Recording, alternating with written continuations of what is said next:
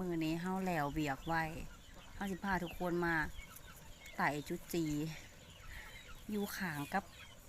สวนเฮานี่ล่ะเนาะคนเบิ่งความว่ามันหลายหั่นนะ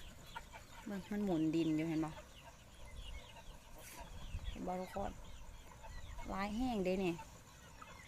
พุ่นน่ะหมุนอยู่จุจีโปมเนาะข่อยเอิ้นเดี๋ยวหน่อยสิหงายขี้งัวขึ้นให้เบิ่งเด้อเห็นบ่พุ่นน่ะเห็นโตมันบ่จ้าหลายแห้งเด้นี่ทุกคนจ้าปุ๊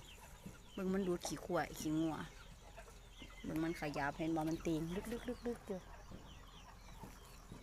เยอะเยอะแยะ